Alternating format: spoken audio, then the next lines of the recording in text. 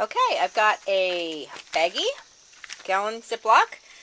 This little tub that is filled with some seed starting mix, and this Stevia plant here, and a pair of scissors. And what we're going to do is simply take a few cuttings. We're going to come down. We want to have at least a couple of nodes where these leaves are. And the cuttings generally should be 2 to 4 inches. Next, we're just going to pull off the extra leaves. I usually leave, maybe 4 on top, like this. You see that? And then I've already poked a few holes in my mix, so I'm just going to put this little guy in there, firm up the soil around him, continue doing. Okay, so again, we're going to take another cutting, snip down here, strip the leaves, leave 4,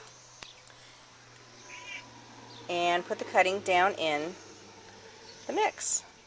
And you know what? This one's a little bit long. Let's take a little bit off there. You can see there's a node right here, so let's just snip that a little bit there. And if you're working, this is best to do cool, cloudy day, early morning, or very late evening where these aren't stressed, and you never want to keep them in sunlight. We'll finish these, and then I'll show you how to bag them. We've got all these guys done, and now I'm just going to place the whole thing into a Ziploc baggie.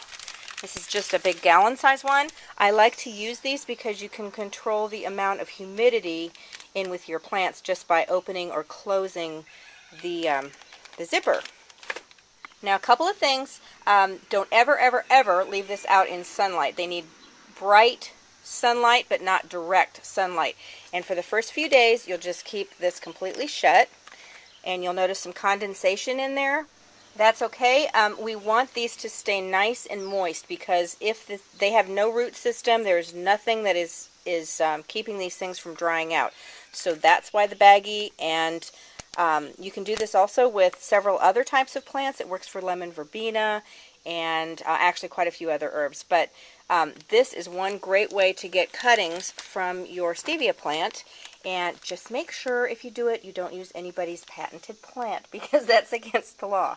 Anyway, happy growing. If you are able to do some cuttings this way, I would absolutely love to see pictures.